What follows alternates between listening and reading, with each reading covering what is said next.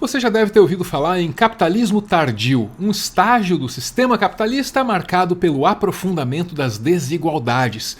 Um estágio em que o capitalismo se revelaria autofágico. Nesse ponto, o capitalismo tenderia a gerar uma acumulação de capitais tão grande, mas tão grande, que isso poderia fazer com que o capitalismo se inviabilizasse como sistema econômico. Será que o capitalismo tem jeito? É a pergunta que a gente fez para Manuela Dávila, quando a gente teve a chance de conversar com ela aqui no Meteoro. Como pôr? Você é do Partido Comunista do Brasil. E a gente está aqui falando de desigualdades. Desigualdades que foram acumuladas e acentuadas, né, ao longo das décadas. Nessa onda de acreditar em sistemas que se regulam por si só, a gente criou uma catástrofe moral, né, que é o que a gente está falando. Né, vamos ver um dado, só para exemplificar, né? Um grupo de 2 mil bilionários acumulam mais riqueza do que 60% do planeta. Isso sai de um estudo de uma ONG inglesa, né, chamada Oxfam. É recente isso. Bem recente. Isso. Pergunta, dá para arrumar o capitalismo implementando regulamentações, mecanismo de distribuição de renda, estabelecendo limites para as grandes corporações? Ou será que é melhor botar logo tudo abaixo e começar do zero, de outro jeito, com outras premissas, com outras ideias? Enfim, capitalismo é para jogar, é para consertar ou é para juntar e jogar fora? Essa é uma discussão de todo dia aqui em casa, Manuela. Conserta ou joga fora? Eu acho que a humanidade, né, conserta ou joga fora tudo. Espero que a gente conserte mais e jogue fora menos as coisas de casa e tenha menos expectativa em consertar o capitalismo. Mas vamos aproveitar para consertar geladeira, micro-ondas, fogão, para produzir menos lixo para o planeta e vamos enfrentar o bicho, que é um bicho grande, de frente. A história nos mostra, né, que os seus ciclos da forma como a humanidade se organiza economicamente, eles são superados, né, eles não são colocados fora, né? Então, quando a gente estuda ali a história da Revolução Francesa, até tem um livrinho ótimo que eu li, livrinho porque é pequenininho, tá, gente? É um grande livro que me deu um grande amigo, Humberto, que chama A História da Revolução Francesa contada para minha neta. Me apaixonei pelo livro, super doce, assim, mas daí a gente vê o quê? Como foi longa e duradoura e simultaneamente acontecendo em vários lugares do mundo a revolução da burguesia, né? Digamos assim, isso que resultou nisso que nós vivemos hoje. Eu acho que o capitalismo, ou os capitalistas entre eles, né, vivem hoje um grande debate dentro do campo político deles. Se ainda existe um capitalismo democrático ou se o capitalismo vai ser só o capitalismo da morte. Esse é o debate deles, né?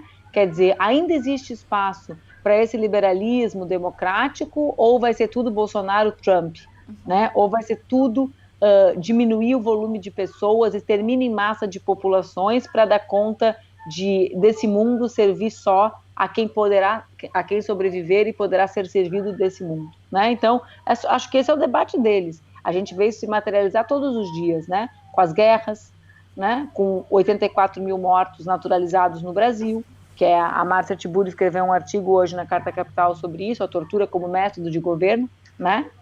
O idolatrador do torturador transformando a tortura num método de governo. A gente vê isso no Trump, na forma como eles tratam a vida das pessoas que não são iguais a eles, né? Então, enfim, acho que esse é o debate do lado de lá. Do lado de cá, eu acho que a gente tem que se perguntar, nós avançamos muito, e a humanidade avançou muito até aqui, mas avançou para muitos poucos, né? Existe como o planeta, a pandemia não é um sinal de que o planeta não nos aguenta mais como nós estamos, não como nós somos, como nós estamos.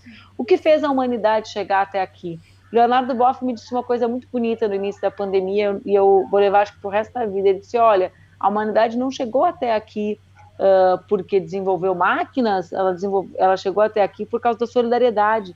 Nós nos reunimos para comer, nós nos reunimos para caçar, nós nos reunimos para nos defender dos predadores. Foi a solidariedade que nos trouxe até aqui. Então, eu acho que nós precisamos reinventar os caminhos da humanidade, né? Para que o planeta continue sendo a nossa casa comum, né? Então, do ponto de vista ambiental, imaginemos que eu te dissesse é possível restaurar, arrumar o capitalismo no mundo. Eu estou falando de escala global, né, gente? É evidente, né? Eu estou falando de imaginar um outro mundo, não do dia de amanhã, né? Para as pessoas não acharem que a gente está achando assim que joga fora no lixo como se fosse água suja, né? Então, assim, existe como garantir a toda a humanidade esse padrão de consumo? Não. E se existisse, o planeta daria conta? Existe como garantir esse modelo de relação entre trabalho e vida, né? Com a ausência de trabalho no mundo? Ou a gente vai quebrar as máquinas?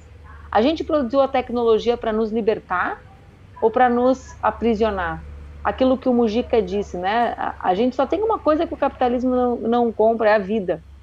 E ele vive criando coisa para tomar nossa vida da gente, né? Existe como a gente ter trabalho para alimentar as pessoas, porque essas pessoas só se alimentam com o seu trabalho, né? Acho que a gente perdeu o contato. Não. Tamo aí? Tamo aí? Eu tô aqui, todo o tempo. Ah, Opa, tá. Não, foi só um breve lapso. Não, breve lapso é o capitalismo. Enfrentar o capitalismo não é fácil, né, galera? Agora vocês desapareceram para mim, a delay. Mas vocês estão me ouvindo? Estamos ouvindo muito bem, Manu. Então, será que a gente espera juntar Lé com Cré aqui ou eu sigo falando? Vou seguir falando, tá? Manda ver, estamos aqui. Para mim aqui. Voltou. Voltou? Mas vamos lá. Voltou, sim. Teve um delay no perder um ao outro. Tá. Posso pegar carona aí no que eu estava ouvindo de você? Claro. Tá, eu queria entender. Acho que a pergunta mais chata que a gente tem para fazer hoje é essa. Não é assintosa nem nada, Manuela, juro. É assim, ó. Tô acostumada, pode fazer também.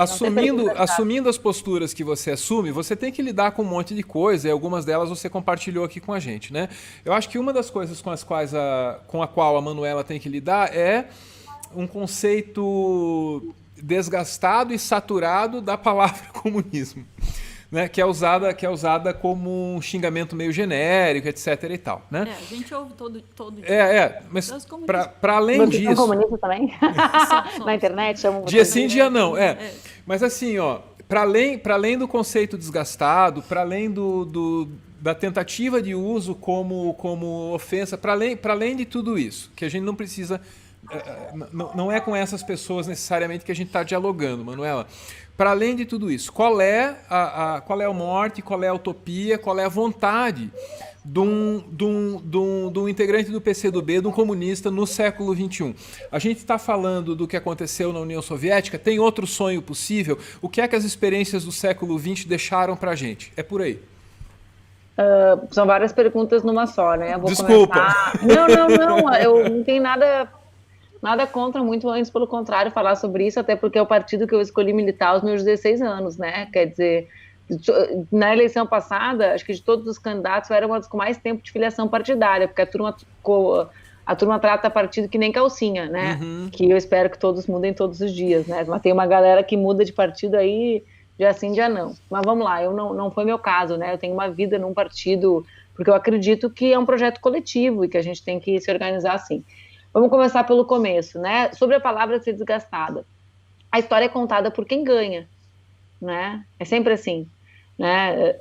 E nós perdemos. O mundo, ali no final da década de 80, fez uma escolha. E essa escolha construiu a sua versão sobre a sua vitória, né? Então, a forma como o comunismo e os países comunistas começaram a ser retratados foi a forma de uns Estados Unidos que jogou a bomba em Hiroshima e Nagasaki, que ninguém fala sobre isso, né? É a forma daqueles que gostam de falar que derrotaram o nazifascismo, mas não gostam de falar quem derrotou, né? Eu desconheço algum livro de história que não registre ou que não atribua aos milhares de mortos soviéticos na guerra. Nós, talvez, se não fosse a União Soviética, estaríamos falando alemão, todos nós, né? Eu até estudei, tentei aprender, mas livremente, né? Não pela hegemonia de Hitler no mundo, né? Então, a União Soviética cumpriu um grande papel no mundo, né? Num mundo que era um mundo em disputa, era um mundo de guerra. Então, esse era o mundo, né? Era o mundo pós Primeira e Segunda Guerra Mundial. É desse mundo que a gente está falando. As pessoas querem falar da União Soviética como se a gente estivesse vivendo agora. 2020, gente, União Soviética, vamos olhar para trás. Hello? Era o mundo que teve Primeira Guerra, 29, Segunda Guerra, nazifascismo. É disso que nós estamos falando. A entrevista completa está disponível aqui no canal. O link está na descrição desse vídeo.